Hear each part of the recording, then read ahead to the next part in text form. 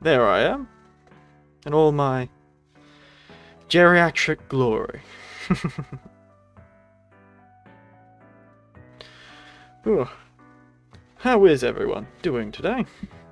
I'm doing awfully well. This is a bit of an interesting idea that I had.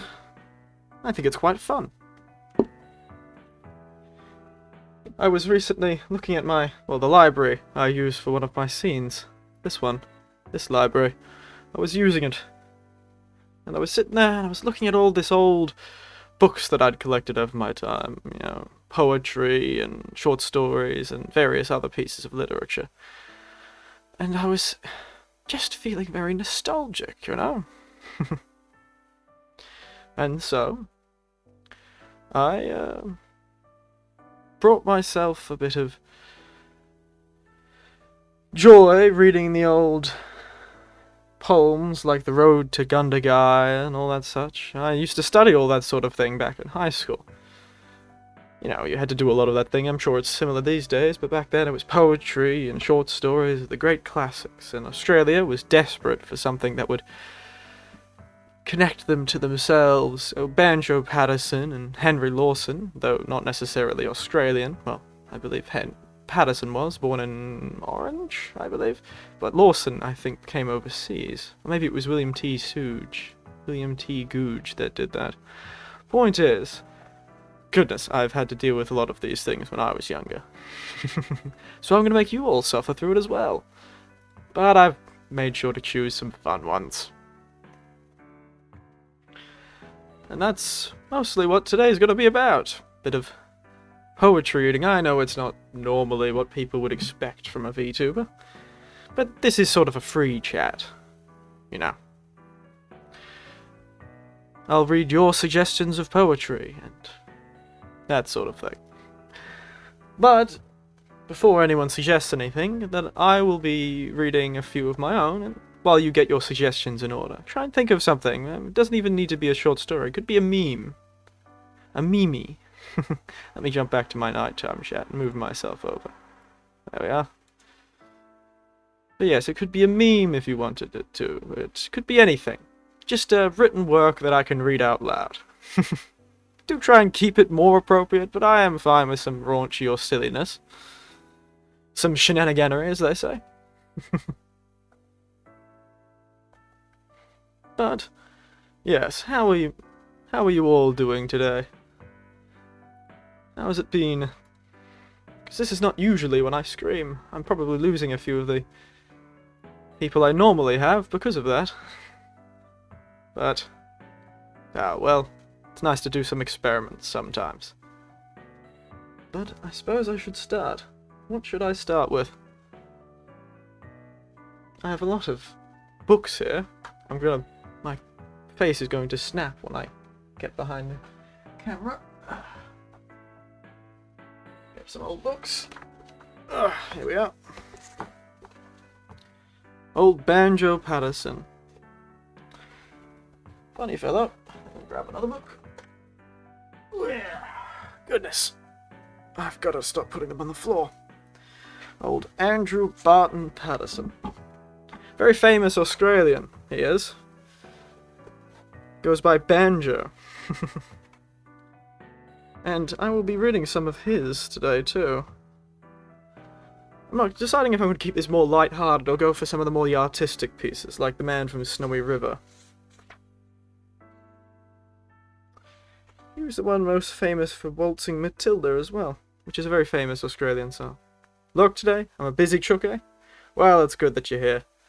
Hope my, dulcet tones will give you some comfort in your busy times.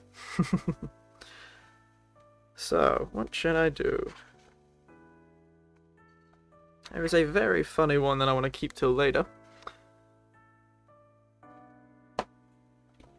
But perhaps we shall read... Where is it? Now... can you hear those delicious book turning? Get the book close. Ooh, yes. That book ASMR. See, I know what things are. I'm down with the kids, I know what ASMR is. Oh yes, I should probably talk about the incentive that I put up. There it is. Recently, I was looking through some old books in the family shed, and I found a box full of very old pieces of paper. Turns out on one of them was something that I thought I had lost. It was my old monologue. Shakespearean monologue, based on a play. Based on the Scottish play. And I didn't realize I still had it. I guess, well, my parents keep a lot more than I expected. Old mother and father did store an awful lot in that thing. Bit of a hoarder they were. I realized I've also missed that. But I found it. An old monologue I wrote. And I thought it quite funny. So, as a bit of an incentive, if I get enough, and I was going to set a number, like 5 or 10. I think we'll sit around 5. If I get 5 suggestions over the few hours that I'm doing this, then I will read out my monologue. I will perform my monologue once again, decades later. And that will... wow. I was quite proud of it back then, but I have no idea how it holds up. I still remember the line, actually, the first line from it. So here's a bit of a teaser. Let me remember it. I think, but dare not speak. These thoughts of mine, their implications dark and dangerous. That's the first line. And I still remember it. It was something I really quite liked, but I'm a bit embarrassed to read it to the world, you know? So you'll have to make me want to read it to the world. But, as for story time, we'll start with the Jibung Polo Club. It's a simple one about a polo club. We all know polo, it's the old mallets and horses sport. Played by gentlemen, and those who were rich enough to own a horse. Is that still an Olympic sport? I don't know. Quite the popular thing some days. Ah, yes. Okay, yes, I'll read the poem first. Fair enough, fair enough. It was somewhere up the country, and a land of rock and scrub, that they formed an institution called the Jibung Polo Club. They were long and wiry natives from the rugged mountainside, and the horses were never saddled that the Jibungs couldn't ride. But their style of playing polo was irregular and rash. They had mighty little science, but a mighty lot of dash. And they played along the mountain ponies that were muscular and strong, though their coats were quite unpolished, and their manes and tails were long. And they used to train those ponies, wheeling cattle in the scrub. They were demons, were the members of the Jibung Polo Club. Good morning, Natsuki. It was somewhere down the country, in a city of smoke and steam, that a polo club existed, called the Cuff and Collar Team. As a social institution, 'twas a marvellous success, for the members were distinguished by exclusiveness and dress. For the members, they had natty little ponies that were nice and smooth and sleek, for they had cultivated their owners, only rode 'em once a week. So they started up the country in pursuit of sport and fame, for they meant to show the Jibungs how they ought to play the game. And they took their valets with them, just to give their boots a rub, ere they started operations on the Jibung Polo Club. Yes, good morning to you, Natsuki. I'm reading some poetry here. That is the whole thing. And if you have any poetry you wish me to read, please suggest something. I will put up an incentive, but give me a moment. Now my readers can imagine how the contest ebbed and flowed. When the Jibung boys got it going, it was time to clear the road. And the game was so terrific that half the time was gone. A spectator's leg was broken, just from merely looking on. While the score was kept so even that neither got ahead, they waddled one another till the plain was strewn with dead. And the Cuff and Collar Captain, when he tumbled off to die, was the last surviving player, so the game was called a tie. When the captain of the Jibungs raised him slowly from the ground, though his wounds were mostly mortal, yet he fiercely gazed around. There was no one to oppose him, all the rest were in a trance, so he scrambled on his pony for his last expiring chance. For he meant to make an effort to get a victory on his side, So he struck at a goal and missed it. And then he tumbled off and died. By the old Campaspe River, where the breezes shake the grass, there sits a row of little gravestones that the stockmen never pass. For they bear a rude inscription, saying, "Stranger, drop a tear, for the cuff and collar players, and the Geebung boys lie here." And on a misty moonlight evenings, while dingoes howl around, you can see their shadows flitting down that phantom polo ground. You can hear the loud collisions as the flying players meet, and the rattle of the mallets, and the rush of ponies' feet, till the terrified spectator rides like blazes to the pub. He's been haunted by the spectres of the Geebung Polo Club. I have no idea what kind of game of polo those fellows were playing, but I haven't heard of a polo-based fatality in a very long time. But yes, good to see you, Natsuki. That the whole idea of this stream is to just explore some old literature I found on my shelf. You see the... It is quite the comedic one. It's quite dark, actually. It's about two polo teams beating each other to death. But I do see it's quite in line with the Australian humour. But yes, Natsuki, most of these books come from the library I use in the background for this photo. I took a photo of the actual library at my house. And this was me just journeying through nostalgia of the various poems I had to read when I was in high school.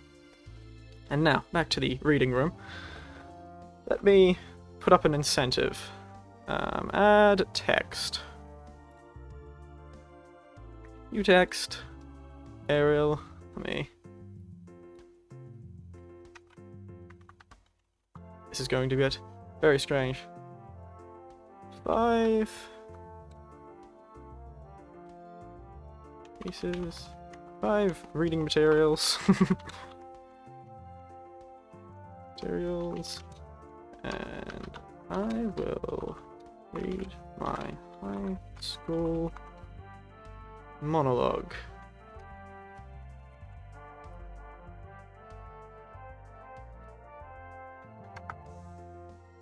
Let's see. Let me get this smaller. I am planning to do this. I have an old high school monologue that I found.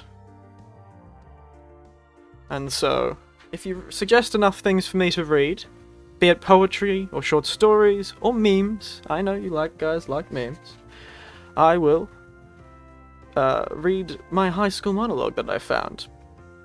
In a box. I digitized it. I wrote it down. It was quite difficult. I have terrible handwriting. They always wanted me to write in cursive back then. So, how about I try another one? While you're thinking there, I have a few others. I could do a short story. Or the famous Man from Ironbark from Australians literature.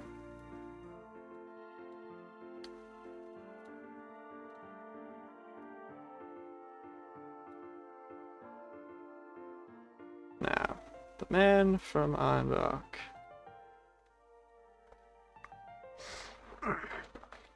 Okay. It was the man from Ironbark who struck the Sydney town. He wandered over the street and park, he wandered up and down. He loitered here, he loitered there, till he was like to drop, until in last sheer despair he sought a barber's shop. Ere shave my beard and whiskers off, I'll be the man of mark. I'll go do the Sydney toff up and home in Ironbark. The barber man was small and flash, as barbers mostly are.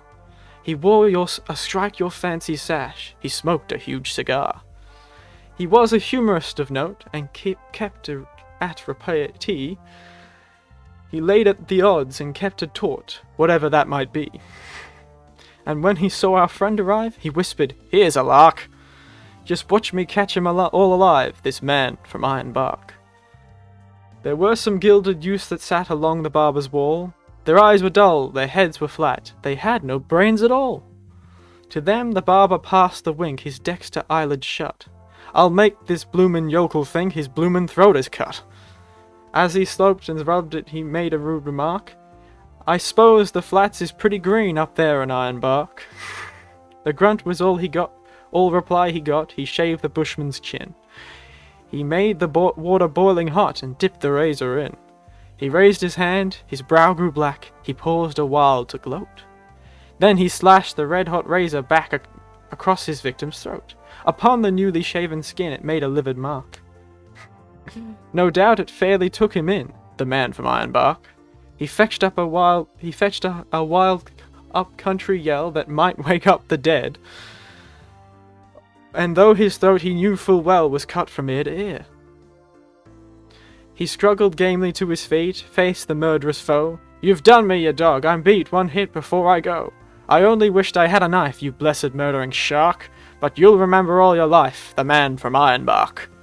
He lifted up his hairy paw, with one tremendous clout, he landed on the barber's jaw, and knocked the barber out. He set to work with tooth and nail, he made a place a wreck. He grabbed the nearest gilded youth, and tried to break his neck. And all the while his throat he held to save his vital spark. "And murder, bloody murder!" yelled the man from Ironbark.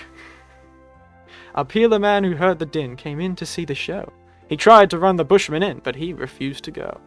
And when the last the barber spoke and said 'twas all in fun, 'twas just a little harmless joke, a trifle overdone.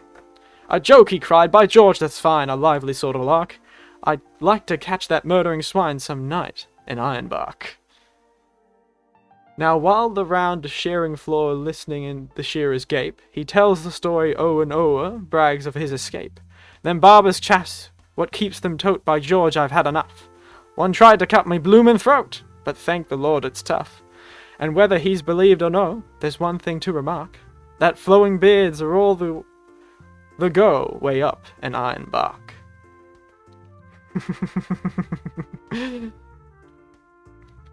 Glad you're enjoying this, Natsuki. I quite find them very amusing. The man from Ironbark, you can see what he did. Fellow tried to play a joke on him. Now.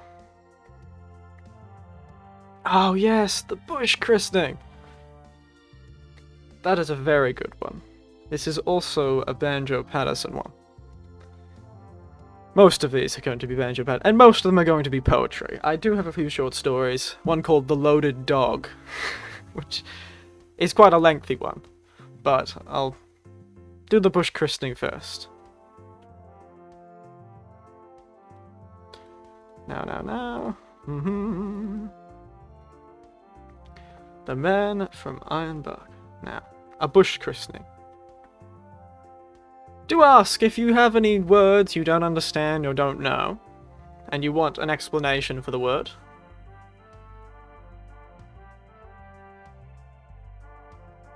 Ah, well, I'll tell the story after this last poem. The Loaded Dog is a short story. It's quite a funny one, written by Henry Lawson.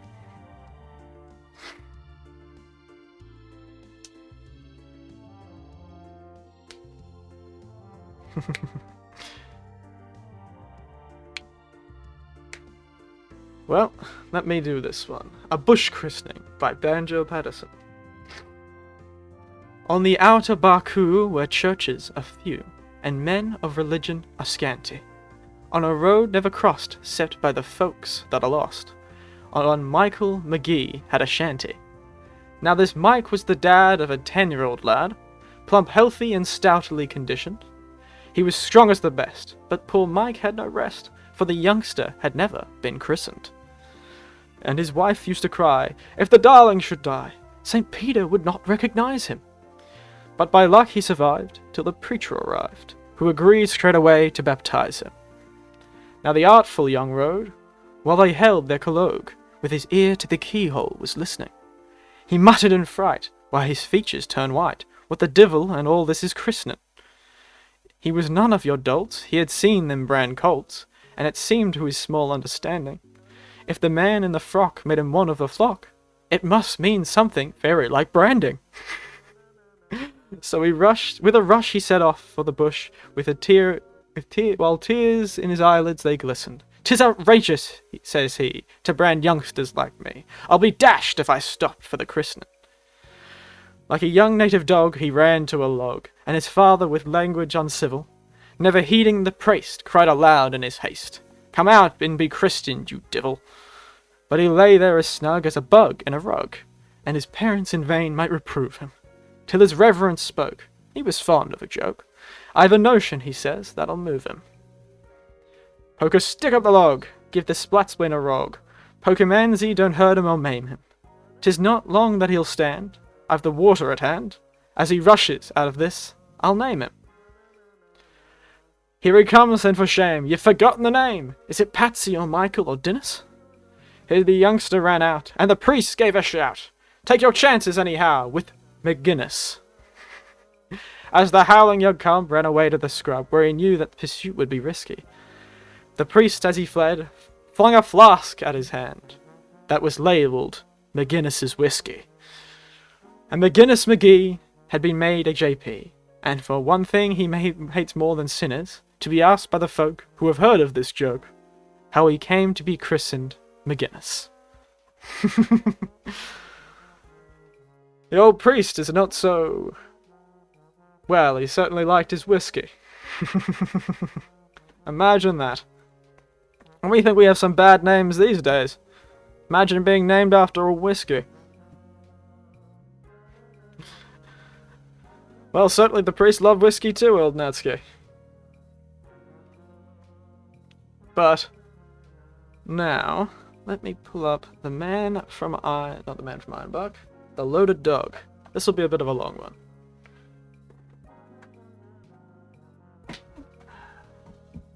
Look at all these old books. Oop, there we are. Now the old man from Ironbark. You drank that on the bar when in college. Ooh, that's an expensive drink to drink often. You've got expensive tastes. Whiskey doesn't come cheap.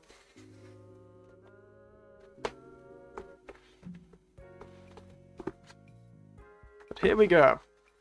A story for you. The Loaded Dog. Dave Regan, Jim Bentley, and Andy Page were sinking a shaft at Stony Creek in search of a rich gold quartz reef which was supposed to exist in the vicinity.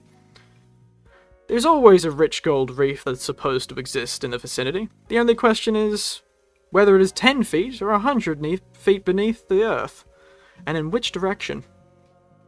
They had struck some pretty solid rock, also the water that kept them bailing. They used an old-fashioned blasting powder and a time fuse. They'd make a sausage or a cartridge of blasting powder and a skin of strong calico or canvas. Mouth sewn shut, bound around the end of the fuse, they dipped the cartridge in melted tallow to make it watertight. They'd drill the hole as dry as possible and drop the cartridge in with some dry dust, wad and ram with stiff clay and broken brick. Then they'd light the fuse at the bottom of the shaft, and a half-barrel load of broken rock would appear. There was plenty of fish in the creek. Freshwater bream, cod, catfish, tailors. The party were fond of fish, and Andy and Dave of fishing. Andy would fish for 3 hours at a stretch, if encouraged by a nibble or a bite every 20 minutes. The butcher was always willing to give meat in exchange for the fish when they caught more than they could eat, but now it was winter, and these fish just wouldn't bite. However, the creek was low, just a chain of muddy waterholes, from the hole with a few bucketfuls in it to the size of a pool with an average depth of 6 or 7 feet. And they could get the larger ones. They could get the fish by bailing out the smaller holes or muddying up the water in the larger ones till the fish rose to the surface. There was a catfish, with spikes growing out of the sides of its heads, and if you got pricked, you'd know it, as Dave said. Andy took off his boots, tucked up his trousers, and went into a hole one day to stir up the mud with his feet. Oh, and he knew it. Dave scooped one out with his hand and got pricked. Oh, he knew it too. His arm swelled, the pain throbbed up to his shoulder, and down to his stomach too, he said, like a toothache he had once, and kept him awake for 2 nights. Only the toothache pain had a bird edge, Dave said. But Dave had an idea. Why not blow up the fish in the big waterhole with a cartridge, he said. I'll try it. He thought the thing out, and Andy Page worked it out. Andy usually put Dave's theories into practice if they were practicable, or bore the blame for the failure and the chaffing of his mates if they weren't. He made a cartridge about 3 times the size of those used in the River Rock. Jim Bentley said it was big enough to blow the bottom out of the river. The inner skin was of stout tallow, and Andy struck the end of a 6-foot piece of fuse well down the powder bound with the mouth of the bag firmly to it with a whipcord. The idea was to sink the cartridge in the water, with the open end of the fuse attached to the float on the surface, ready for lighting. Andy dipped the cartridge in melted beeswax to make it watertight. "We'll have to leave it for some time before we light it," Dave said, "to give the fish time to get over their scare when we put it in, and come nosing around again. So we want it well watertight." Round the cartridge Andy, at Dave's suggestion, bound a strip of snail canvas that they used for making water bags, to increase the force of the explosion, and round that he pasted layers of stiff brown paper. On the plan of sorts of the firework we called gun crackers. He let the paper dry in the sun, then he sewed a covering of 2 thicknesses of canvas over it, and bound the thing from end to end with a stout fishing line. The cartridge was rigid and solid enough now, a formidable bomb. But Andy and Dave wanted to be sure. So, Andy sewed on another layer of canvas, dipped in the cartridge in melted taro, twisted a length of fencing wire around it as an afterthought, dipped it in tallow again, stood it carefully against a tent peg where he'd know he'd find it, and wound the fuse loosely around it. Then, he went to the campfire to try some potatoes which were boiling in their jackets in a billy, and to see about frying some chops for dinner. Dave and Jim were at work in the claim that morning. They had a big, black, young retriever dog, or rather an overgrown pup. A big, foolish, 4-footed mate, who was always slobbering around them and lashing their legs with his heavy tail that swung around like a stock whip. Most of his head was usually a red, idiotic, slobbering grin of appreciation of his own silliness. He seemed to take life, the world, his 2-legged mates, and his own instincts as a huge joke. He'd retrieve anything. He carted back most of the camp rubbish that Andy threw away. He had a cat that died in hot weather, and Andy threw it a good distance away in the scrub. And early one morning, the dog found the cat, after it had been dead a week or so, and carried it back to camp, and laid it just inside the tent flaps, where it could best make its presence known when the mate should rise and begin to sniff suspiciously in the sickly, smothering atmosphere of the summer sunrise. He used to retrieve them when they went swimming. He'd jump in after them, take their hands in his mouth and try and swim out with them and scratch their naked bodies with his paws. They loved him for his good-heartedness and his foolishness. But when they wished to enjoy a swim, they had to tie him up into the camp. He watched Andy with great interest all morning making the cartridge, and hindered him considerably, trying to help.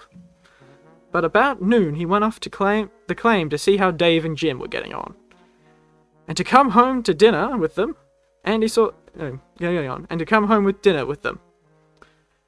them coming, and put a panful of mutton chops on the fire. Andy was to cook today. Dave and Jim stood with their backs to the fire, as bushmen do in all weathers, waiting till dinner should be ready. The retriever went nosing around after something he seemed to have missed. Andy's brain still worked on the cartridge. His eye was caught by the glare of an empty kerosene tin lying in the bushes, and it struck him that it wouldn't be a bad idea to sink the cartridge packed with clay, sand, or stones in the tin, to increase the force of the explosion. He may have been all out from a scientific point of view, but the notion looked all right to him. Jim Bentley, by the way, wasn't interested in this damned silliness. And he noticed an empty treacle tin, the sort with a little tin neck or spout soldered on to the top for convenience of pouring out the treacle, and it struck him that this would have made the best kind of cartridge case. Enjoy it, yes. It's just something to have in the background, maybe a bit of ASMR. Where was I? Yes. He would only have to pour in the powder, stick the fuse through the neck, and cork it with a seal of beeswax. He was turning to suggest this to Dave, when Dave glanced over his shoulder to see how the chops were doing, and bolted. He explained afterwards that he thought he heard the pan sputtering extra, and looked to see if the chops were burning. Jim Bentley looked behind and bolted after Dave. Andy stuck stock still, staring after them. "Run, Andy, run!" they shouted back at him. "Run! Look behind you! You fool!" Andy turned and looked, and there, close behind him, was the retriever with the cartridge in his mouth, wedged into his broadest and silliest grin. That wasn't all. The dog had come around the fire to Andy, and the loose end of the fuse had trailed and waggled over the burning sticks into the blaze. Andy had slit and nicked the firing end of the fuse well. And now, well, it was hissing and spittling properly. Andy's legs started with a jolt. And his legs started before his brain did. And he made after Dave and Jim. And the dog followed Andy. Dave and Jim were good runners. Jim the best, for a short distance. And Andy was slow and heavy, but he had the strength and the wind that could last. The god capered around him, delighted as a dog he could be to find his mates, as he thought, on a frolic. Dave and Jim kept shouting back, "Don't follow us! Don't follow us, you coloured fool! Oh, you coloured fool!" But Andy kept on. No matter how they dodged, they could never explain any more than the dog why they followed each other. But so they ran, Dave keeping in Jim's track, and all its turnings, Andy after Dave, and the circling dog around Andy. The live fuse switching in all directions. And hissing and spluttering and stinking. Jim yelling at Dave to not follow him, Dave shouting at Andy to go in another direction, to spread out, and Andy roaring at the dog to go home. Andy's brain began to work. Stimulated by the crisis, he tried to get a running kick at the dog, but the dog dodged. The retriever saw that he had made a mistake about Andy and left him and bounded after Dave. Dave, who had had the presence of mind to think that the fuse's time wasn't up yet, made a dive and grab for the dog, caught him by the tail, and as he swung around and snatched the cartridge out of his mouth and flung it as far as he could, the dog immediately bounded after it to retrieve it. Dave roared and cursed the dog, who, seeing that Dave was offended, left him and went after Jim, who was well ahead. Jim spun to a sapling and went up like a native bear. It was a young sapling, and Jim couldn't get safely more 10-12 feet off the ground.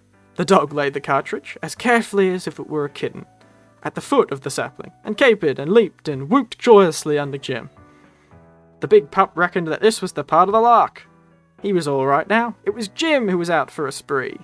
The fuse sounded as if it was going a mile a minute. Jim tried to climb higher, and the sapling bent and cracked. Jim fell on his feet and ran. The dog swooped the cartridge and followed. It all took about a very few moments. Jim ran to a digger's hole, about 10 feet deep, and dropped it down to it, landing in soft mud, and was safe.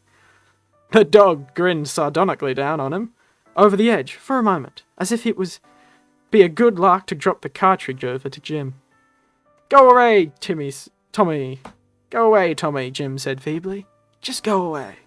The dog bounded off after Dave, who was the only one in sight now. Andy had dropped behind a log, where he lay flat on his face, having suddenly remembered a picture of the Russo-Turkish War, with a circle of Turks lying flat on their faces, as if they were ashamed, round a newly arrived shell. It was a small hotel or shanty in the creek, on the main road, not far from the claim. Dave was desperate. The time flew much faster in his stimulated imagination than it did in reality, so he made for the shanty. There were several casual bushmen on the veranda at the bar. Dave rushed into the bar, banging the door behind him. "My dog!" he gasped in reply to the astonished stare of the publican. "The blanket retriever! He's got a live cartridge in his mouth!" The retriever, finding the front door shut against him, had bounded round in the back way, and now stood smiling in the doorway leading to the passage. The cartridge still in his mouth, the fuse still spluttering. They burst out of that bar. Tommy bounded off first after one and then after another. For being a young dog, he tried to make friends with everyone. The bushmen ran around corners, and some shut themselves in the stable. There were a few new weatherboards and corrugated iron kitchen and washhouse on the piles in the backyard, with some women washing clothes inside. Dave and the publican bundled in there and shut the door. The publican cursing Dave and calling him a crimson fool in hurried tones, and wanting to know why the hell he came here for. The retriever went under the kitchen, amongst the piles, but luckily, those inside, there was a vicious yellow mongrel cattle dog sulking and nursing his nastiness under a sneaking, fighting, thieving canine whose the neighbours had tried for years to shoot or poison. Tommy saw his danger, he'd experienced this from the dog, and started out across the yard, still sticking to the cartridge. Halfway across the yard, the yellow dog caught him and nipped him. Tommy dropped the cartridge and gave one terrified yell, and took to the bush. The yellow dog followed him to the fence and ran back to see what he had dropped. nearly a dozen other dogs came around all around corners and under buildings, spidery and thievish. Cold-blooded kangaroo dogs, Mongol sheep, and cattle dogs. Vicious black and yellow dogs that slip after you in the dark, nip your heels, and vanish into the distance without explaining. A yelping small fry. They kept at a respectable difference around the yellow, nasty dog, for it was dangerous to go near him. When he thought he had found something which might be a good cat for a cat or a dog, he sniffed the cartridge twice, was just taking a third cautious sniff. It was very good blasting powder. A new brand that Dave had recently got up from Sydney. The cartridge had been excellently made. And Andy was very patient and painstaking with all he did, and nearly as handy as the average sailor with needles, twine, canvas, and rope. The bushmen say that the kitchen nearly jumped off its piles and on again. When the smoke and dust cleared away, the remains of the nasty yellow dog were lying against the paling fence of the yard as looking if it had been kicked into the fence by a horse, and afterwards rolled in the dust under the barrow, finally thrown against the fence from a distance. Several saddle horses, which had been hanging up around the veranda, were galloping wildly down the road in clouds of dust, with broken bridles, reins flying, and round the circle outskirts, from every point of the compass in the scrub, came the yelping of dogs. 2 of them went home, to the place where they were born, thirsty, miles away, and reached it the same night and stayed there. 'Twas not till morning, toward the evening, that the rest came back cautiously to make inquiries. One was trying to walk on 2 legs, most of them seemed more or less singed, and a little singed stumpy-tailed dog, who had been in the habit of hopping on the back of half of one, and had a reason to be glad, as he'd been saved the other leg for all those years, and he needed it now. There was one old guide cattle dog that had a shanty for years afterwards, who couldn't stand the smell of gun being cleaned. Who had taken an interest, only second to that of the yellow dog and the cartridge. Bushmen said it was the amusing to slip up on his blind side, and a stick of dirty ramrod under his nose. He wouldn't wait until to bring his solitary eye to bear. He'd take to the bush, and stay out all night. For half an hour or so after the explosion, there were several bushmen around the table who crouched, doubled up against the wall, or rolled gently in the dust, trying to laugh without shrinking. There were 2 white women in hysterics in the house, and a half-caste running aimlessly around with a dipper of cold water. The publican was holding his wife tight and begging her between squats to hold up for my sake, Mary, or I'll lam the life out of ye. Dave decided to apologize later on, when things settled down a bit, and went back up to camp, and the dog had done it all again. Tommy, the idiotic mongrel retriever, came slobbering round and lashing his legs with his tail, and trotted home after him, smiling his broadest, longest, reddest smile of amiability, and apparently satisfied for one afternoon's fun he had. Andy chained up the dog securely and cooked some more chops, while Dave went out to help Jim in the hole.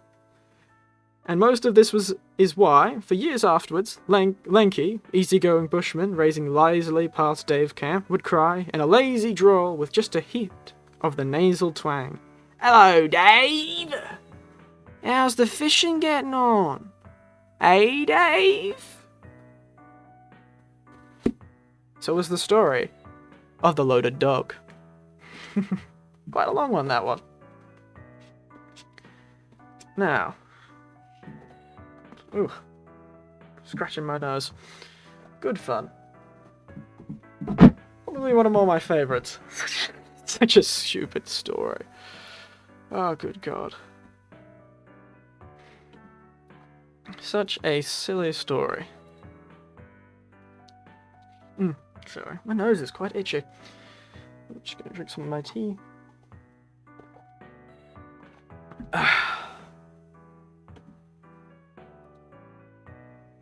Now, any suggestions for anything?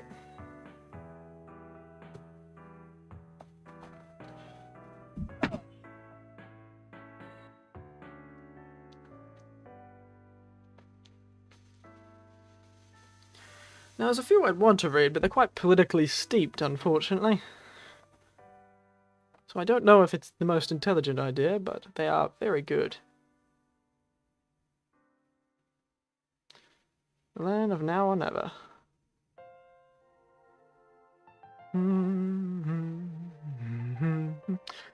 But yes. Now, let's see.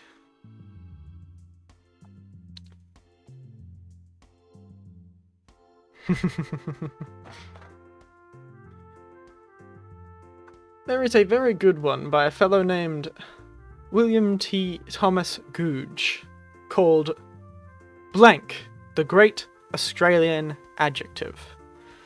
It's a bit of a... what do they call them? They used to call them Mad Libs, I believe they were called. But it is a poem that is a Mad Lib, if you would believe it. It has got blanks in it. It was written back when bloody was very used commonly amongst the Australian citizenship. So... ooh, goodness, my nose is really quite itchy. And so it has a heap of blanks in the actual poem of its own, and you're supposed to add an adjective. I believe bloody was the original. For an example, it has the first stanza is, "The sunburnt blank stockman stood, and in his dismal blank mood, apostrophosed his something, yeah, the nags, no. You get it? It's got quite a strange tone to it, but they would use bloody back then. The great Australian adjective, bloody hell. The sunburnt bloody stockman stood, and in dismal bloody mood, his apostrophed his bloody cuddy, the bloody nags no bloody good. He couldn't earn his bloody food, bloody irregular bloody brumby." So he just kept bloody brumby food, a regular bloody brumby. He jumped across the bloody horse and cantered off a bloody course. The roads were bad and bloody muddy, and he said, "Well, spare me bloody days, the bloody government's bloody ways, a screaming in a bloody way, a screaming bloody funny." He rode up and down a bloody dale, the wind it blew a bloody gale. The creek was high and bloody floody. Said he, "The bloody horse must swim. The same for bloody me and him is something bloody sickening." But now, the new Australian adjective is one that starts with F and ends with K. Now, I am tempted to do all of this with that. As amusing as that would. I know I don't swear as much on this, but it would be very funny, don't you think? If somebody would come and... oop. It only would take one more person to talk to me, and I'll give them a... that sounds very desperate, doesn't it? But it would give me a reason to do it. But that one's there. The Great Australian Adjective. But for a more beautiful poem, you could always do the old rhyme of the Ancient Mariner. Oh, I should show you this. It's got some... I shouldn't say this. The book is just wonderful. Let me insert some of the pictures from this book. The front page I used for... there you go. There's the front page. It is a very beautiful book. Can't believe I haven't read this more. Looks like some ancient text that I'll find. That old, what's his name? It's that actor in National Treasure. Nick Cage. Is he a National Treasure? Is it Nick Cage who is in National Treasure? National Treasure. It is Nick Cage, yes. This book looks like something the old Nick Cage from National Treasure would be looking at. Look at this thing. Just beautiful. Ooh, it's a bit of a big picture, that. Look at this. Look at this book.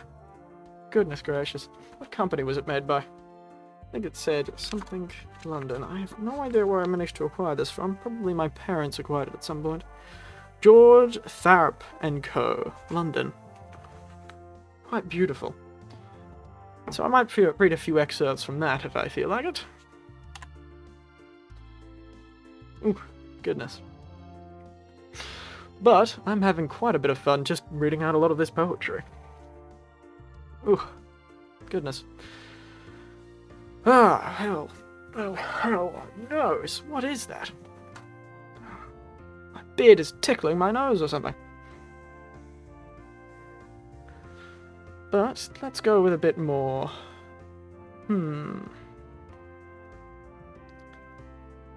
Ooh, there's something making fun of a bit of a... Ooh.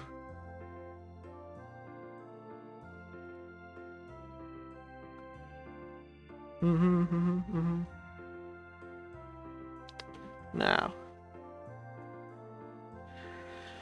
Anyone listening, they've got any suggestions for something I should read? Something funny? Something weird?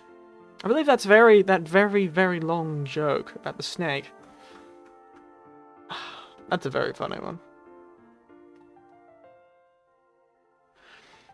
A gut full of these... a gut full of these chamberlains. That is a good joke too. I'll have to remember that one.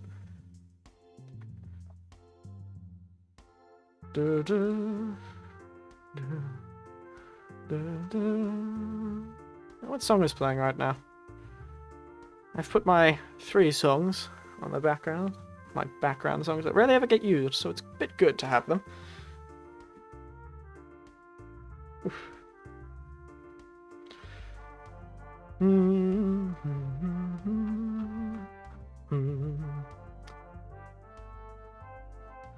What is that song? Oh well.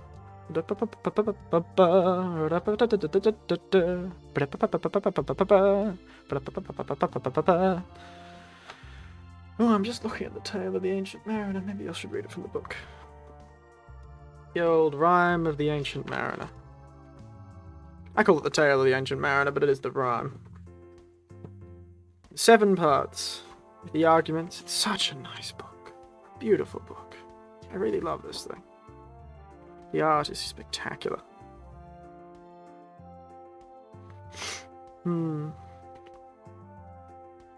It is an ancient mariner, and he stoppeth one of 3. By thy long grey beard and glittering eye, now wherefore stoppest thou me? With the bridegroom's doors are open wide, and I am next of kin. The guests are met, the feast is set. Mayest hear the merry din. He holds him with his skinny hand. There was a ship, quoth he. Hold off, unhand me, grey-beard loon. Soon his hand dropped he. He holds him with his glittering eye. The wedding guest stood still, and he listens like a 3 years child. The mariner hath his will. The wedding guest sat on a stone. He cannot choose but hear. And thus spake on that ancient man, the bright-eyed mariner. Sorry. The ship was cheered, the harbour cleared, merrily did we drop, below the kirk, below the hill, below the lighthouse top. The sun came up on the left, out of the sea came he, and he shone bright, and on the right went down into the sea. Higher and higher every day, till over the mast at noon, the wedding guests here he beat his breast, for he heard the loud bassoon. The bride hath paced into the hall, red as rose is she, nodding their heads before her goes the merry minstrelsy. The wedding guest, he beat his breast, yet he cannot choose but hear. And thus spake man, the storm blast came, and was tyrannous and strong. He struck with his taking wings, and chased us south along. With sloping masts and dipping prow, as who pursued with yell and blow, still treads the shadow of his foe, and forward bends his head. The ship broke fast, loud roared the blast, and southward we fled. And now we both mist and snow, and it grew wondrous cold, and ice must high came floating by, as green as emerald. And through the drifts the snowy cliffs did send a dismal sheen, nor shapes of men nor beasts we ken, the ice was all between. At length we did cross an albatross. Thorough the fog it came. As it had been a Christian soul, we hailed it in God's name. It ate the food it ne'er had eat, and round it flew. The ice did split, a thunder flit, the helmsman steered us through. A good south wind sprung up behind, the albatross did follow, and every day for food or play came the mariners hollow. In mist or cloud, on mast or shroud, it perched for Vespers 9, while all the nights through fog-smoked white glimmered the white moon shine. God save thee, ancient mariner, for the fiends that plague thee thus. Why look'st thou go with my crossbow? I shot the albatross. Oh dear, not good at all. This is the part 2. The argument. I could read the argument, but I'm just going to read the poetry. Sun now rose upon the right, out of the sea came he, still hid in the mist, and on the left went down into the sea. And the good south wind still blew behind, but no sweet board did follow, nor any day for food or play came to the mariner's hollow. And I had done a hellish thing, and would work them woe, for all the bird I had killed the bird that had made the breeze to blow. Ah, wretch, said they, the bird to slay that made the breeze to blow. Nor dim or red like God's own head the glorious sun unwrist, then all averred I had killed the bird that brought the fog and mist. 'Twas right, said they, such birds to slay that bring the fog and mist. The breeze blew, the white foam flew, the furrow followed free. We were first that ever had burst into that silent sea. Dropped down the breeze and sails dropped down, 'twas sad as sad could be, and we did speak only to break the silence of the sea. All in a hot and copper sky, the bloody sun at noon, right above the mast did stand, no bigger than the moon. Day after day, we struck nor breath nor motion, as idle as a painted ship upon a painted ocean. Water, water everywhere, and all the boards did shrink. Water, water everywhere, nor any drop to drink. Lost myself. The very deep did rot, O Christ, that ever shiz should be, yet slimy things did crawl with legs upon the slimy sea. About, in reel and rout, the death fires danced at night, the water like a witch's oils burnt green and blue and white. And in some dreams assured were of the spirit that plagued us so, 9 fathoms deep he had followed us from the lands of mist and snow. And every tongue through utter drought was withered at the root. We could not speak no more than if we had been choked with soot. Ah, well a day, what evil looks I had from old and young. Instead of the cross, the albatross about my neck was hung. Part 3 of the Rime of the Ancient Mariner. Did you see the book? I'm just going to put the book up again. I'll put the pictures up. I'll put a picture of the book. There we are. It's the book I'm reading from right now. And here's some of the pictures. This is a picture we just passed.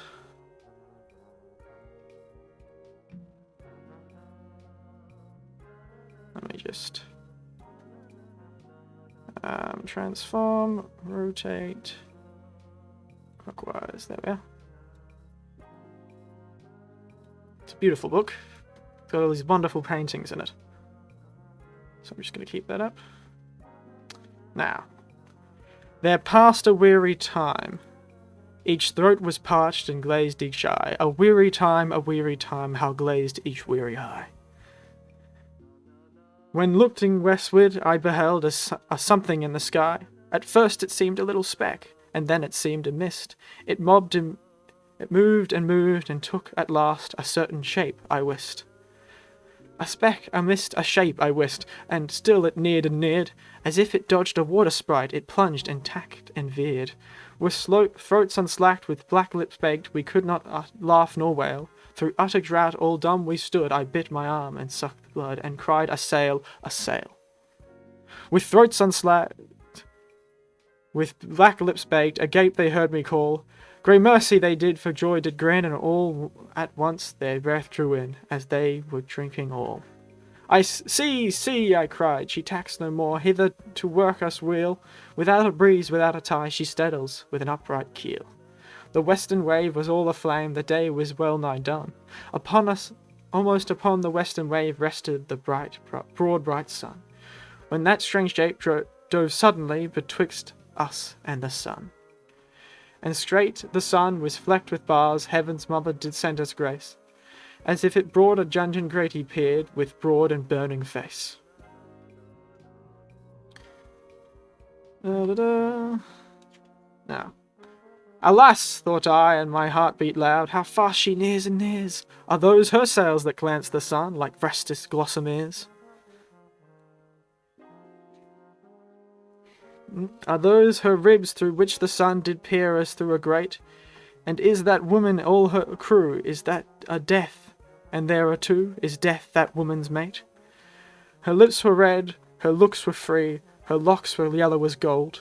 Her skin was white as leprosy, a nightmare life and death was she, who thicks a man's blood with cold.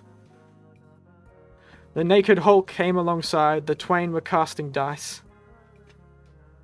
The game was done, I've won, quoth she, and whistles thrice.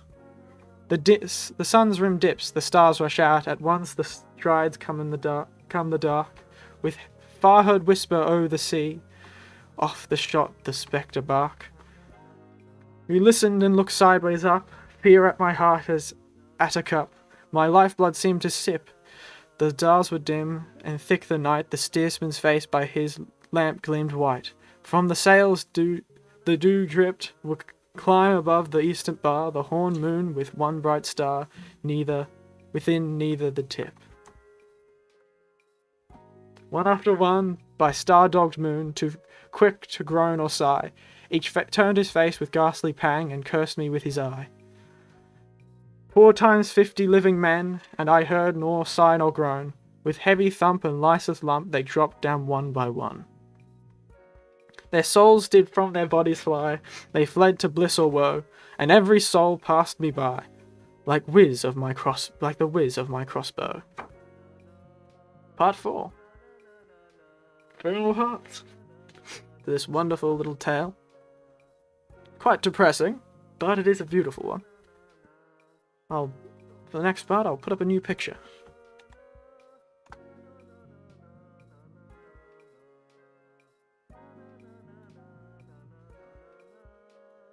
There we are. New picture.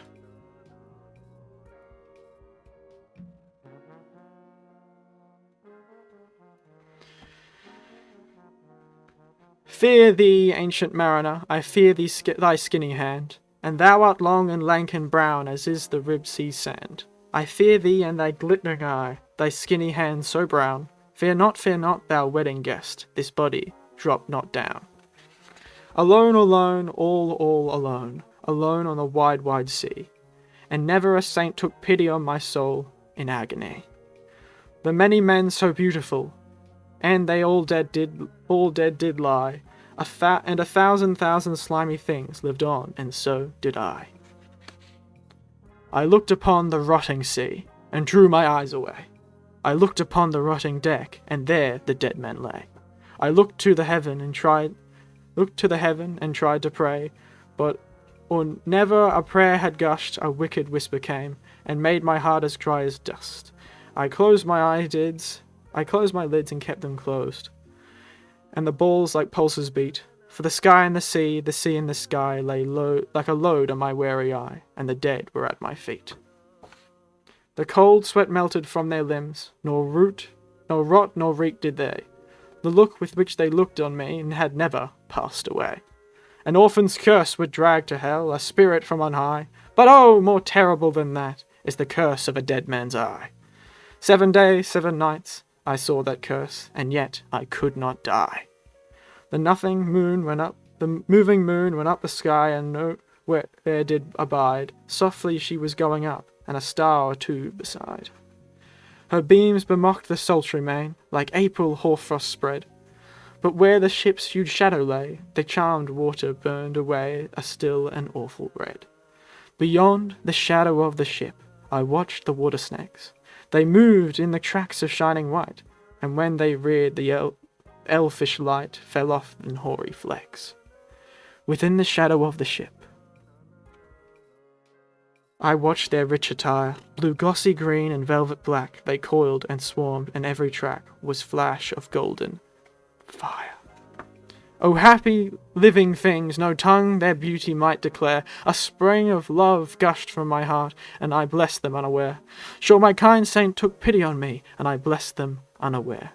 The self-same moment I could pray, and from my neck so free, the albatross fell off, and sank like lead into the sea. Part 6, I believe. Or part 5, actually. Sleep is a gentle thing, but beloved from pole to pole. To Mary Queen that the praise be given, she sent the gentle sleep from heaven that slid into my soul. The silly buckets on the deck that had so long remained, I dreamt that they were filled with dew, and when I woke, it rained. My lips were wet, my throat was cold, my garments were all dank. Sure I had my drunken in my dreams, and still my body drank. I moved and could not feel my limbs. I was light, almost. I thought I had died in sleep, and was a blessed ghost. And soon I heard the roaring wind. It did not come anear, but with its sound it shook the sails that were so thin and sere. The upper air burst to life. 100 fire flags sheen. To and fro they were hurried about, and to and fro, in and out, the wan stars danced between. Sorry. Now, another page. And the coming wind did roar more loud, and the sails did sigh like sedge. The rain poured down from one black cloud, the moon was at its edge. The thick black cloud was cleft and still, the moon was at its side. Like waters shot from some high crag, the lightning fell, with never a jag, a river steep and wide. The loud wind never reached the ship, yet now the ship moved on. Beneath the lightning and the moon, the dead maid gave a groan. They groaned, they stirred, and all uprose, nor spake nor moved their eyes. It had been strange, even in a dream, to have seen those dead men rise. The helmsman steered, the ship moved on, yet never a breeze blew. The mariners all gained worked the ropes, where they wont to do. They raised their limbs like lifeless tools. We were a ghastly crew. The body of my brother's son stood by me knee to knee. The body and I pulled at one rope, but he said naught to me. I fear thee, ancient mariner, be calm, thou wedding guest. 'Twas not those souls that fled in pain which to their corpses came again, but a troop of spirits blessed. For when at dawn they dropped their arms and clustered round the mast. When at dawn they dropped their arms and clustered around the mast, sweet sounds rose to their mouths and from their bodies passed. Around and around flew each sweet sound and darted to the sun. Slowly sounds came back again, now mixed in one by one. Sometimes I was dropping from the sky, I heard a skylark sing. Sometimes all the little birds that are, how they seemed to fill the sea and air with their joyous jargoning. Their sweet jargoning, sorry. And now 'twas like all instruments, like a lonely flute, and now it is an angel's song that makes the heavens to be mute. It ceased, yet the sails made on. A pleasant noise till noon, a noise like hidden brook. In the leafy month of June, that keep the woods all night, singeth a quiet tune. Till the noon we quietly sailed on, never a breeze did we breathe. Slowly and smoothly went the shift, moved onward from beneath. Under the keel, 9 fathom deep, from land of mist and snow, the spirit slid, and he was that made the ship go. The sails at noon left off their tune, and the ship stood still also. The sun, right up above the mast, had fixed her on to the ocean. But minute she gained stir with short, uneasy motion, backwards and forwards, half her length, with short, uneasy motion. Then like a pouring horse let go, she made a sudden bound. It flung the blood into my head, and I fell in a swound. How long in that same fit I lay, I have not to declare, but ere my living life returned, I heard in my soul discerned 2 voices in the air. Ugh. Is it he, quoth one, is this the man by him who died on the cross? With a cruel bow he laid low the harmless albatross. the spirit who bideth by himself in the land of mist and snow. He loved the bird that loved the man who shot him with his bow. The other was a softer voice, as soft as honeydew. Quoth he, the man has penance done, and the penance more will do. Part 6. This is two voices. First and second, alternating. First voice. But tell me, speak again, thy soft response renewing. What makes the ship drive on so fast? What is the ocean doing? Still as a slave before his lord, the ocean hath no blast. His great bright eye most silently up to the moon is cast. If he may know which way to go, for she guides him smooth or grim. See, brother, see, how gracious she look down on him. But why he drives that ship so fast without wave or wind? The air is cut away before, and closes from behind. Fly, brother, fly, more high, or we shall be belated, for slow and slow the ship will go when the mariner's trance is abated. I woke, and we were sailing on, as in a gentle weather. 'Twas night, calm night, the moon was high, and the dead men stood together. All stood on the deck, for charnel done and fitter. Charnel done and fitter, all fixed on me their stony eyes, that in the moon did glitter. The pang, the curse, with which they died had never passed away. I could not draw my eyes from theirs, nor them turn up to pray. Now the spell was snapped once more, I viewed the ocean green, and looked far north, little saw of what had else been seen. Like one on that lonesome road doth walk in fear and dread, and having once turned round and walks on, and turns no more his head, because he knows a frightful fiend doth close behind him tread. But soon there breathed the wind on me, nor sound nor motion made. Nor its path was not upon the sea, in its ripple or in shade. It raised my hair, it fanned my cheek, like meadow gale of spring. It mingled strangely with my fears, yet it felt like a welcoming. Swiftly, swiftly flew the ship, yet she sailed softly too. Sweetly, sweetly blew the breeze, on me alone it blew. Oh, dream of joy, is this indeed the lighthouse top I see? Is this the hill, is this the kirk, is this my own country? We drifted o'er the harbour bar, and I with sobs did pray, Oh, let me be awake, my God, oh, let me sleep alway, The harbour bay was clear as glass, so smoothly it was strewn, and on the bay the moonlight lay, the shadow of the moon. The rock shone bright, kirk no less, that stands above the rock, the moonlight steeped in silentness, the steady weathercock. And the bay was white with silent light, till rising from the same, full of many shapes their shadows were, in crimson colours came. A little distance from the prow, those crimson shadows were. I turned my eyes upon the decks, O Christ, what I saw there! Each corpse lay flat, lifeless and flat, and by thy holy road, a man all right, a seraph man on every corpse there stood.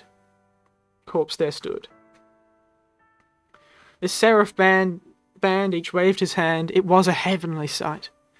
They stood to signal to the land, each one a lovely light. This seraph band each waved a hand, no voice did they impart, no voice, but oh, the silence sank, like music on my heart. But I heard the dash of oars, I heard the pilot's cheer, my head was turned perforce away, and I saw the boats appear. The pilot and the pilot's boy, I heard them coming fast. Dear Lord in heaven, it was a joy, the dead men could not blast. I saw a third, I heard his voice, it is the hermit good. He singeth loud his godly rims, that he makes in the wood. He'll shrieve my soul, he'll wash away the albatross's blood. I suppose, is what they were probably wanting me to say. Goodness, this art is beautiful. Part 7, the final part, I believe. This hermit good lives in that wood which slopes down into the sea. Down to the sea. How loudly his sweet bore, his voice he rears, he loves to talk with mariners that come from far country. He kneels at morn and noon and eve, he hath a cushion plump, it is that moss that wholly hides the rotten old oak stump. The skiff boat neared, I heard them talk, why this is strain I trow. Where are those lights so many and fair that made the signal but now? Strange, by my faith, the hermit said, and they answered not our cheer. The planks looked warped, and see those sails, how thin they are and sere. I never saw aught like them to them, unless perchance it were brown skeletons of leaves that lag my forest brook along, when the ivy trods is heavy with snow, and the owlet's hoop below that eats the she-wolf's young. Dear Lord, it hath that fiendish look, the pilot made reply. I am afeard, push on, the hermit said cheerily. Shall I? The boat came closer to the ship, but I nor spake nor stirred. The boat came close beneath the ship, and straight a sound was heard. Under the water it rumbled on, still louder, more and more dread. It reached the ship and split the bay, the ship went down like lead. Stunned by that loud and dreadful sound, which sky and ocean smote, like one hath been 7 days drowned, my body lay afloat. But my swiftest dreaming myself I found within the pilot's boat. Upon the whirl where sank the ship, the boat spun round and round, and all was still, save the hill was telling of the sound. I moved my lips, the pilot shrieked and fell down in a fit. The holy hermit raised his eyes and prayed where he did sit. I took the oar, the pilot's boy, who now both crazy go, laughed loud and long, and all the while his eyes went to and fro. Aha, quoth he, full plain I see, the devil knows how to row. And now in all my own country, I stood on the firm land. The hermit stepped forth from the boat, and scarcely he could stand. Oh, shrieve me, shrieve me, holy man, the hermit crossed his brow. Say quick, doth thee, I bid thee say, what manner of man art thou? Forthwith his frame of mind was wretched with woeful agony, which forced me to begin my tale, and then it left me free. Since then, at an uncertain hour, that agony returns, and till then my ghastly tale is told, this heart within me burns. I pass like night from land to land, I have strange powers of speech. The moment that his face I see, I know the man must hear me. To him my tale I teach. What loud uproar bursts from that door, the wedding guests are there. But in the garden bow the bride, and the bridemaids singing are. And hark the little vesper bell, which biddeth me to prayer. O wedding guest, this soul hath been alone on a wide sea. So lonely 'twas that God himself scarce seemed there to be. O sweeter than the marriage feast, 'tis far sweeter to me. 'Tis far sweeter to me to walk together to the kirk with goodly company. To walk together to the kirk, and all together pray, while each to his great Father bends, old men, babes, and loving friends, and youths and maidens gay. Farewell, farewell, but this I tell to thee, thou wedding guest. He prayeth well who loveth well, both man and bird and beast. He prayeth well best who loveth best. For the dear God who loveth us had made and loveth all. The mariner whose eyes is bright, whose beard with age is hoar, is gone, and now the wedding guest turned from the bridegroom's door. He went one that hath been stunned, and in a sense forlorn, a sadder and a wiser man, he rose the morrow morn. Such is the rhyme of the ancient mariner. It's one I love. I do quite love that one. Ugh. Goodness. Anyone have any suggestions of anything I should read next? Any listeners have any wonderful little poems or short stories or memes I've suggested? Just a few, and I'll gift you with the wonderful high school monologue that I've written a long time ago. Also, give me an adjective that I can use for the great Australian adjective. You feel like enjoying? That's wonderful. How about you just give me an adjective? Something like bloody or fucking. That's a strange adjective to use, but yes, bloody or so, something like that. Give me a fun adjective to use for this poem.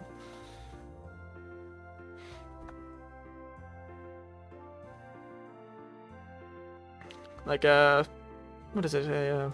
Emphasis adjectives. Like bloody or some such. Because I'll use this poem. Oh, it's such a good one. I really love reading out poetry. I really should do it more often.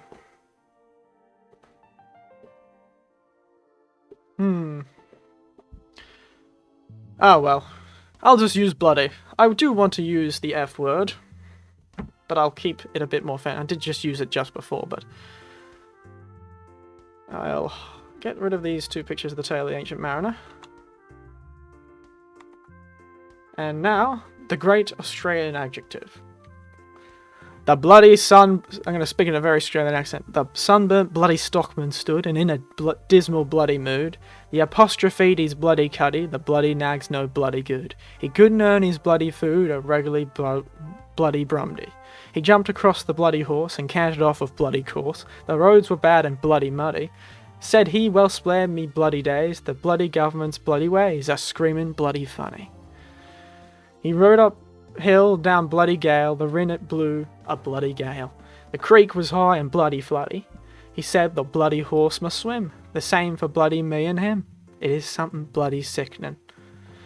He plunged into the bloody creek, the bloody horse was bloody weak, the stockman's face a bloody study, and though the bloody horse was drowned, the bloody rider reached the ground. Ejaculating bloody hell. And that's that one. Very quick one, very fast. Ugh.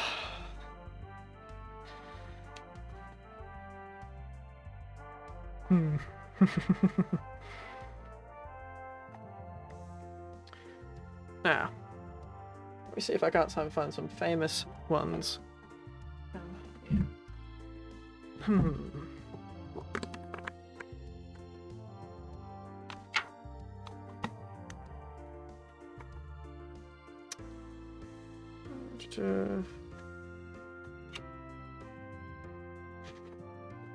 Now, let me find that one.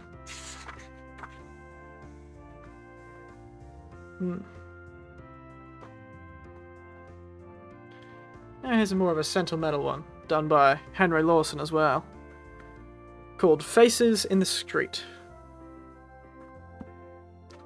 They lie, the men who tell us in a loud decisive tone, that want is here a stranger and that misery is unknown. But where the nearest suburb and city proper meet, my window sill is level with the faces in the street, drifting past to the beat of weary feet, while sorrow for the owners of those faces in the street. And cause I have to sorrow in a land so young and fair, to see upon those faces stamped the marks of want and care. I look in vain for traces of the fresh and fair and sweet, in sallow sunken faces that are drifting through the street. Drifting on, to the scrapes of restless feet, I can sorrow for the owners, for the faces in the street. In hours before the dawning dims the starlight in the sky, the wan and weary faces first begin to trickle by, increasing as the moments hurry on with morning feet, till like a pallid river flows the faces in the street, flowing in, to the beat of hurried feet. Us, I sorrow for the owners of those faces on the street. The human river dwindles when 'tis past the hour of 8. It wave goes flowing faster in the fear of being late, but slowly drags the moments, whilst beneath the dust and heat, the city grinds the owners of the faces in the street, grinding body, grinding soul, yielding scarce enough to eat. Oh, I sorrow for the owners of the faces in the street. And then, only the faces till the sun is sinking down, are those of outside toilers and the idlers on the town. Save here and there a face that seems a stranger in the street, tells of the city's unemployed upon his weary beat. It's a shame, Dunsky. It's good that you listened for so long, though. Thank you very much. It's been very kind that you've been sitting here for an hour and a half. I'll be finishing soon. No, it's fine. These are all very nostalgic to me. It was good for me to be able to read them again. I'm having great fun, and I'll probably actually do this again. Maybe I'll make a theme for next ones. But thank you. I'm glad that you appreciated it. Everyone else enjoying this? Because I'm having a great deal of fun. Now, where was I? Back to the faces on the street. And then only the faces till the sun is sinking down are those of outside toilers and the idlers on the town. Save here and there a face that seems a stranger in the street, tells of the city's unemployed upon his weary beat. Drifting round, to the tread of listless feet. Ah, my heart, it aches for the owners of that sad face on the street.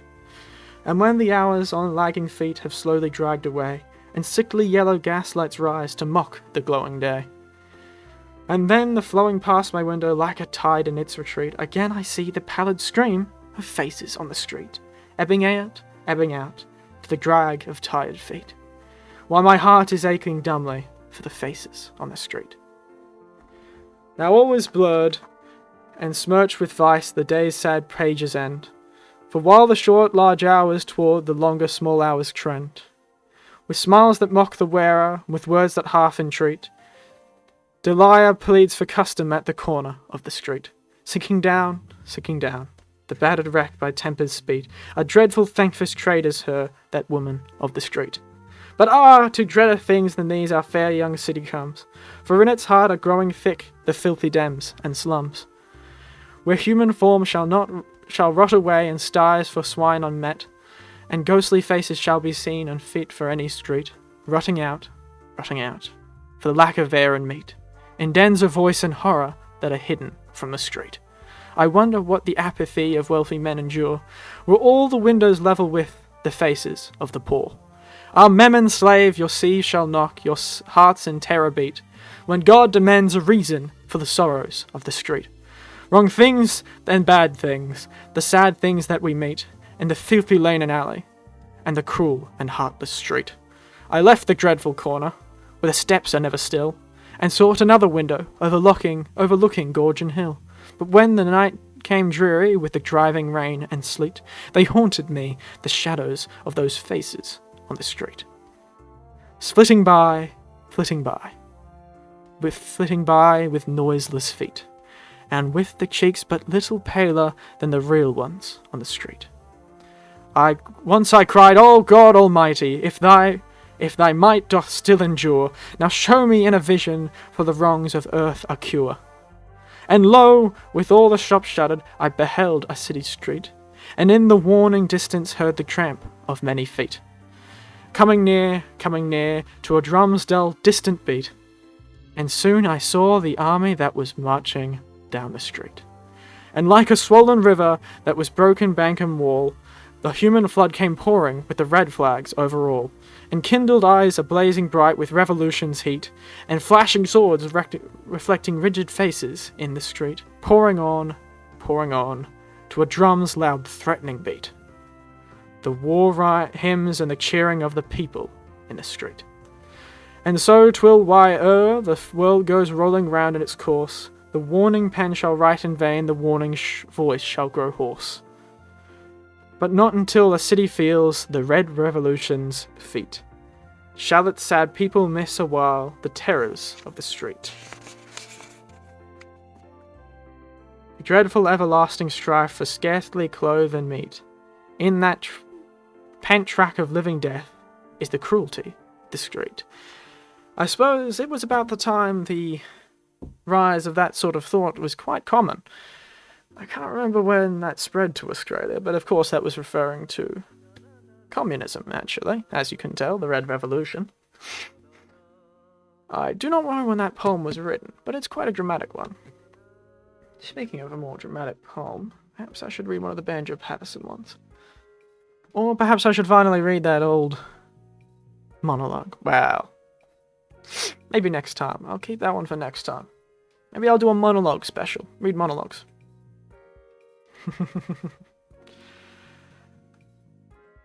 Ooh.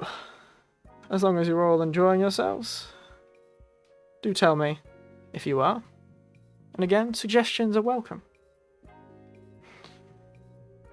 I'm having a great deal of fun. As I've been saying, it's all very nostalgic.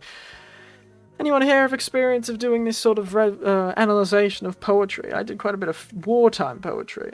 I think there's a fair bit of wartime poetry from Banjo Patterson, maybe. Let me check. Yes, he would have lived through the wartime. And lived 2 years into the Second World War.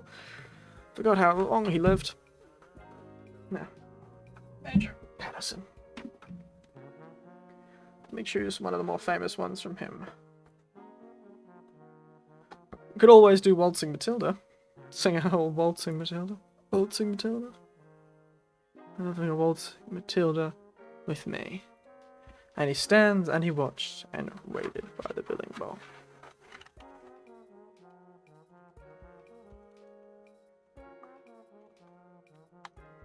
Waltzing Matilda, you are waltzing Matilda with me.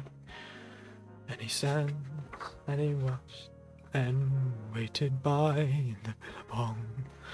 You come a waltzing Matilda with me. I'd have to stand up and sing that one.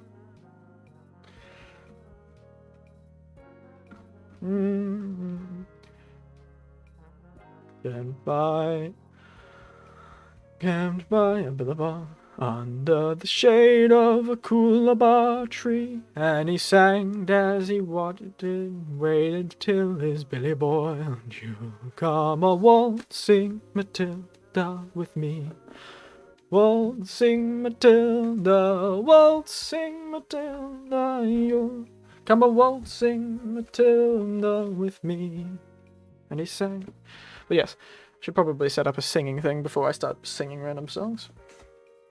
Let's go with one more. I've been going for an hour and a half. I didn't even realize. Goodness gracious me. Oh, would you look at that? Who would have thought? Now, let's go for a more famous one. Clancy of the Overflow is a good one. Perhaps I'll do that one.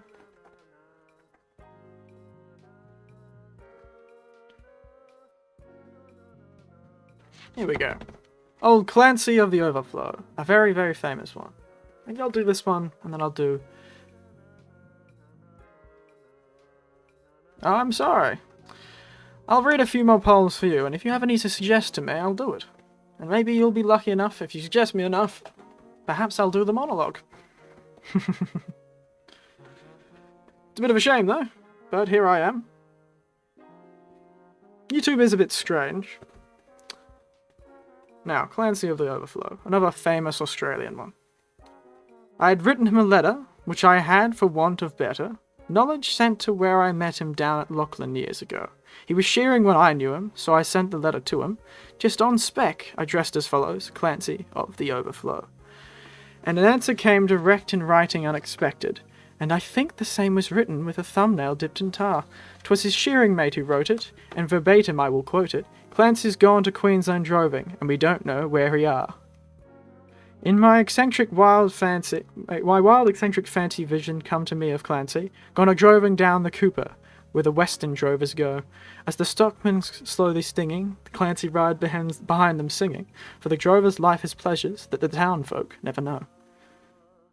And the bush hath friends to meet him, and their kindly voices greet him, in the murmur of the breezes and the river on its bars, and he sees the vision splendid of the sunlit plains extended, and at night the wondrous glory of the everlasting stars. I am sitting in my dingy little office, where a stinging ray of sunlight struggles feebly down between the houses tall, and the fetid air and gritty of the dusty, dirty city. Through the open window floating spreads its foulness over all. In a place of lowering cattle, I can hear the fiendish rattle of the tramways and the buses making hurry down the street, and the language uninviting of the gutter children fighting comes fitfully and faintly through the ceaseless tramp of feet.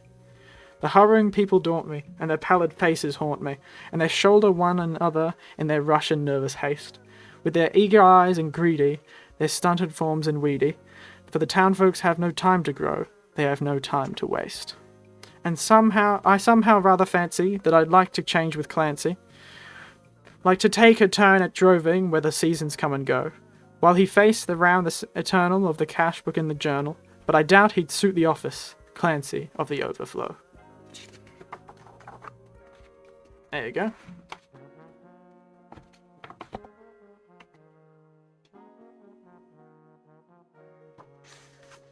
A fun one.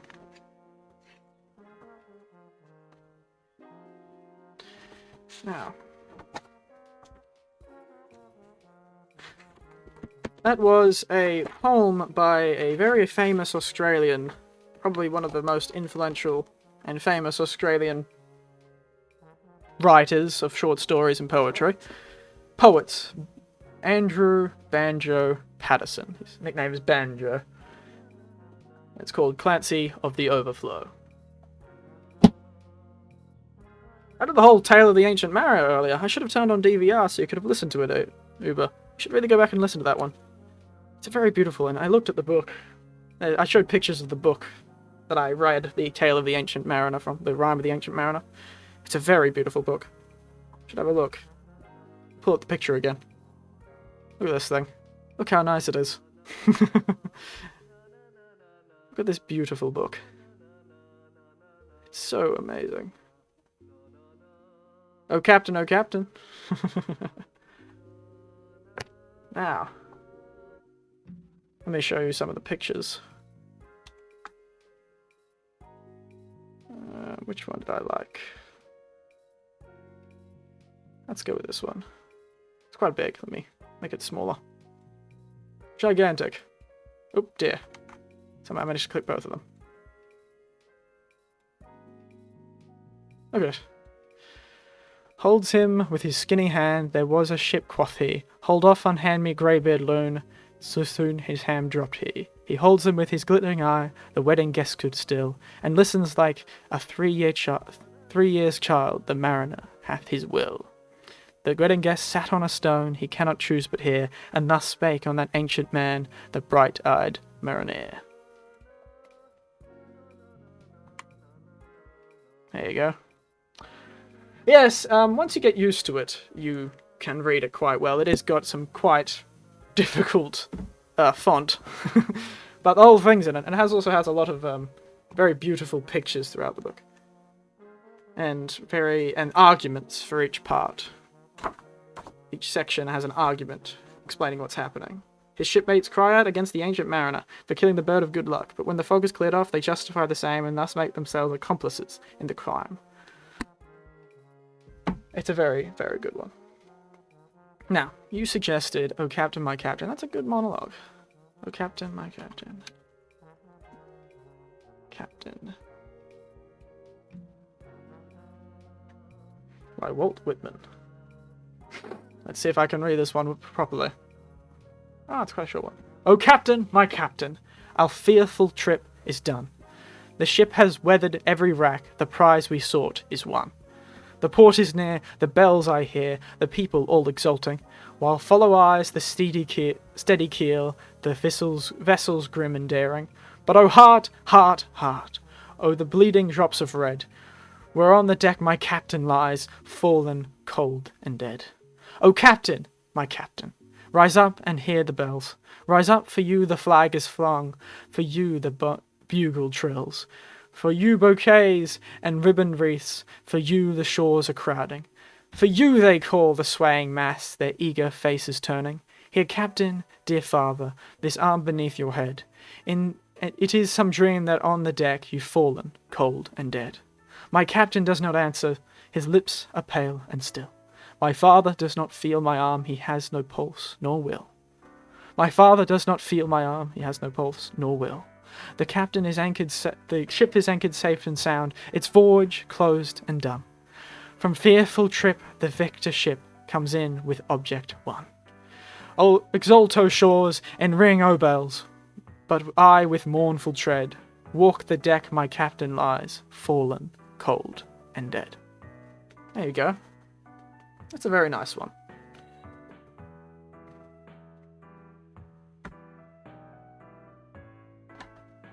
I'm having a lot of fun with this. I think I might do this quite often.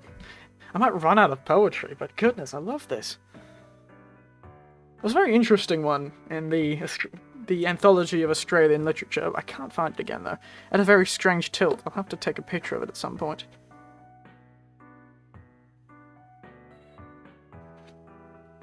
And there's a fair bit. You also missed the short story I read of a dog that picked up a dynamite and ran around after its owners, called The Loaded Dog. It was a comedy story. Don't know if I read it comedically, but I had fun with it. Now, I'll get rid of this. From somewhere? The Loaded Dog? Have you heard the Loaded Dog before? Interesting. Not many have. I'll get rid of that particular little thing. And now I shall find my monologue. Yes, interesting. It's a short story written by Henry Lawson. He was a pretty famous Australia. Well, he was an Englishman who came to Australia and became part of the Australian literary scene. So, Jellyfunk, hand by a billabong, under the shade of a coolabah tree, and he sang and he watched and waited till his billy boiled. You'll come a waltzing Matilda with me. That's a good one. I'll have to sing that next time we do a singing thing. Now, as I said, I've really wanted to do this monologue, so I'm going to do it. Let's see if I can render it as well as I did back when I was in high school, eh? Now, where did I leave it? Found it, and now I can't remember I've digitized it. Monologue. Macbeth monologue, found it. Yes, we do. Now, here it is. Monologue time. Here it is. Monologue. Lyric monologue. The Doctor After the Sleepwalking Scene by Eric Winters. My handwriting was terrible. It was terribly difficult to write this down. But here I am. I think, but dare not speak, this opinion of mine, its implications, dark and dangerous. The subject of this conjecture just yesterday seemed so strong, a lady of indomitable will. Where did it all go wrong? Where along life's road did this terrible possibility become possible? I have known Lady Macbeth for many years. She was so kind. She and Macbeth were such good leaders. Macbeth the brave, and his wife the beautiful. Now Macbeth is the coward, the madman driven by what can only be described as venomous ambition. The man who killed the king and his closest allies, and looms like the blade of execution over Scotland and my life. The good Lady Macbeth, now an ugly witch roaming the halls of this demon's castle, whispering her blood-soaked sins to the denizens of the night. This hushed declaration, revealing that she tore down the king and watched her husband murder many more. This quandary, robbing me of my sleep, makes me speculate. How did Macbeth bring himself to rip the life from good King Duncan, even though it would make him something akin to a demon? How did Lady Macbeth involve herself in this without knowing it would tear apart her mind and soul? These questions beget more questions. When? How long have they been so rotten? Have they been like this since Macbeth fought for king and country? Since Macbeth smiled in the eyes of the king and said he would serve him for all of his days? How long have they been the snake underneath the flower, and not the beautiful rose, but the wretched thorns? All this speculating bodes ill for me. If Lady Macbeth and her husband have always been had such a terrible ambition for power that is not theirs, it is possible that I have already said something that would invoke this tyrant's wrath. Will their desire remove my head from its shoulders? No, that cannot be. In that case, they would have killed me long ago, just like poor Banquo. I hope, that Macbeth is too blinded by his power as king to notice a small man such as me. Now I am enlightened to the fool and horror of Macbeth and his queen. Because of that, I must stay inconspicuous and try my damnedest to avoid giving off that I know Lady Macbeth's secret, and I understand all Macbeth has done. How am I going to avoid him, this demon King Macbeth, this man prepared to slay babes in their mother's arms, murder his best friend, massacre Macduff's entire family, and go against the very fabric of this world to fulfill his lust for domination? I can't run, he would notice too quickly. He would waylay me on the road. I wish I had realized Macbeth's madness early and escaped like many of the Thanes. That's right! Rumours say that Thanes like Macduff that got away to England have gathered an English army behind them. A mighty army, said 10,000 strong. Of course Macduff would do that. Macbeth slaughtered his whole family. That fiend Macbeth has made the country gravely ill. You don't need a doctor to see that.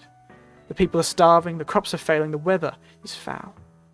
And it is as if the Scotland itself is crying out for salvation from her king. There is no hell that Macduff and the others would not go through to save their country from that damnation, and take revenge for the evil of Macbeth. Aha! Your days are numbered, Macbeth. You will be brought down, and your insanity-filled reign shan't last till the next summer. Perfect. In the calm before the storm, in the tempest of the battle, where all eyes are averted, I will slip away into obscurity, and God himself could not get me to come back to this cursed place. End scene. It's a fun thing, isn't it? It's a bit embarrassing, though. A bit, more dramatic than I remembered, but it is a monologue. But I certainly had my fun. Goodness. Feels a bit lacking in the face of such literary masterpieces such as the Rime of the Ancient Mariner and anything Banjo Patterson wrote. Oh, goodness. Do you want me to read one of the earlier ones again if you want something? I read the Gibang Polo Club. That was quite funny. Do you want to hear that one again? I want to read it again, so. A bush christening. Those two. Any of those? Sure. So, the Gibang Polo Club is about two polo clubs who play very, very interesting style of polo, or a bush christening about a boy running away from the priest who was trying to baptize him. Which one do you want? I'll do one more. So, Gibang Polo Club, or a bush christening. Both by Banjo Patterson. Quite funny. Not the priest one? Ah, okay. Fair enough. Gibang Polo Club. It was somewhere up the country in a land of rock and scrub that they formed an institution called the Gibang Polo Club.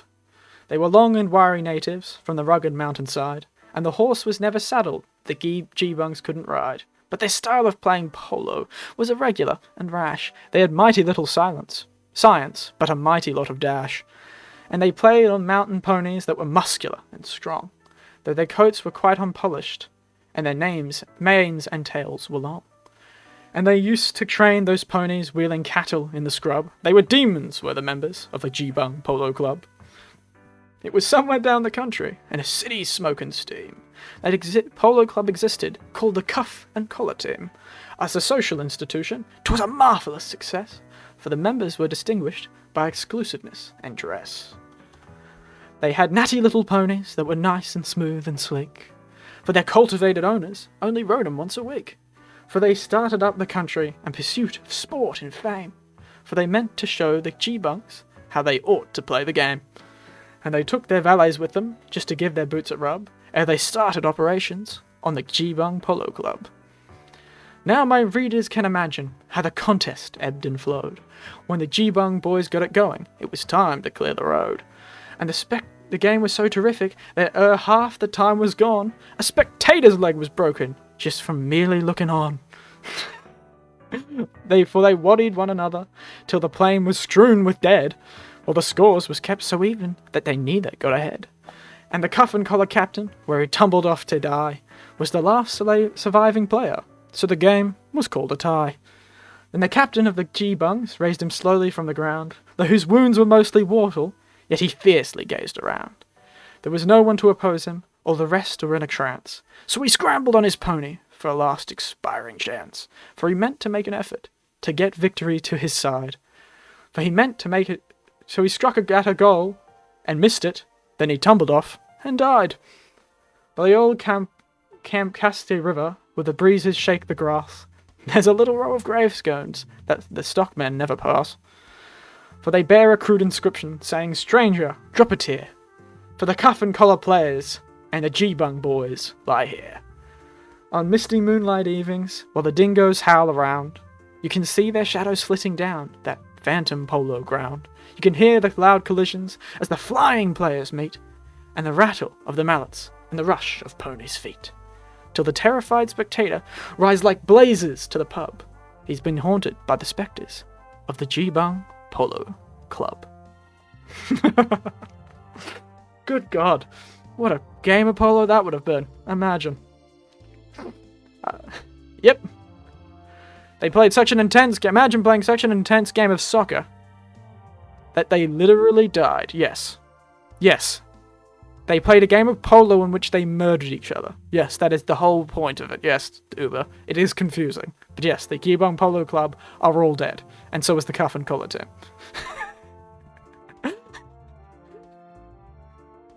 I know it's not nearly as funny to people who haven't grown up with this sort of humour, but it's funny to me.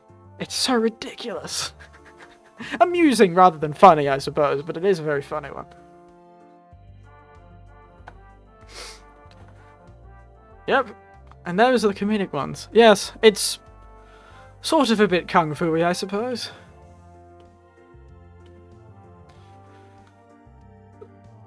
It was quite funny. And goodness gracious, it's almost 1 o'clock.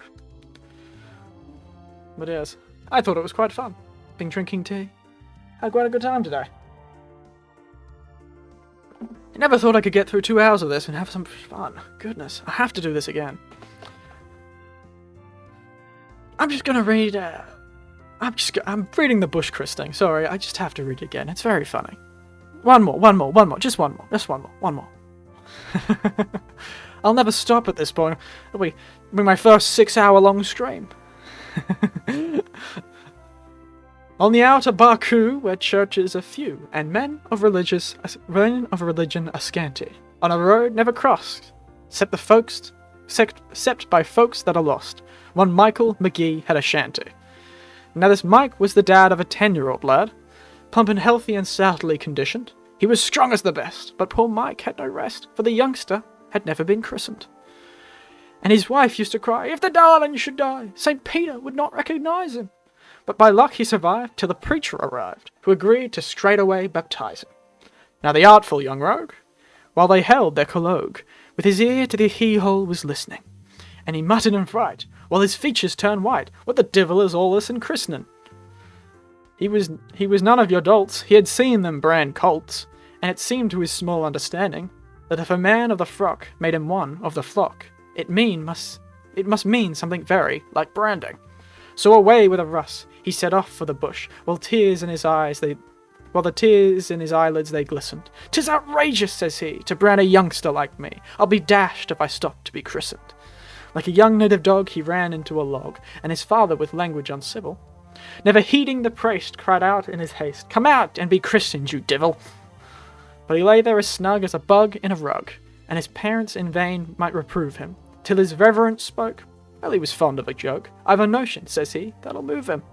Poke a stick up the log, give him a splatting a prog, poke him manzy, but don't hurt him or maim him. 'Tis not long that he'll stand, I've had the warder at hand. As he rushes out of this end, I'll name him. Here he comes, and for shame! You've forgotten the name. Is it Patsy or Michael or Dimas?" And the youngster ran out, and the priest gave a shout. "Take your chance, anyhow, with McGinnis." As the howling young cub ran away to the scrub, where he knew that the pursuit would be risky, the priest, as he fled, flung a flask at his head that was labelled McGinnis's whiskey. And McGinnis McGee had been made a JP, and one thing he hates more than sinners is to be asked by the folk who have heard of this joke how he came to be christened McGinnis. There you go. Ooh, my nose is itchy. My nose has been inspired by the Olympics recently and started training by running. Goodness. Little joke of my own. Isn't that a fun one? Don't you think? Hey, imagine if you had been christened and been named after a whiskey. Truly an unfortunate time. But I think that draws our little fun. It was quite fun. It's got a bounce to it, doesn't it? But I think that draws to a close our little poetry and one short story and one epic, actually, filled little 2-hour jape, I suppose. I've had quite a fun time. And for the time I saw, I hope you had fun, and it seemed Natsuki had fun quite earlier. So, and I hope you enjoyed my monologue. And in the end, it was just for my enjoyment, so. Good to see. Now I must stop there. Oh, thank you. Thank you, Uber. It's always good to have people with me, though.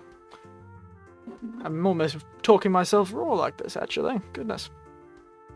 And I'll do it again. Perhaps I'll finally organise another music stream, but this is something I'd like to do more often.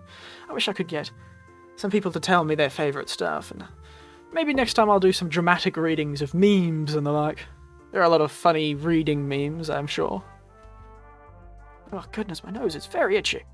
That's why my model keeps spazzing a bit. Oh, goodness. But yes. It's not good night for me right now, but I'm sure to the Americans and anyone watching it would be good night, probably. But, good day, good night, sweet dreams, good times, I suppose. And do remember to watch out for those drunk priests. Let them not christen your children while drinking McGuinness's whiskey.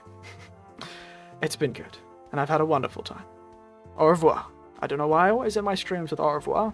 It sounds fancy. See you all next time for some more, I believe, Call of Cthulhu on Thursday. For me, Thursday.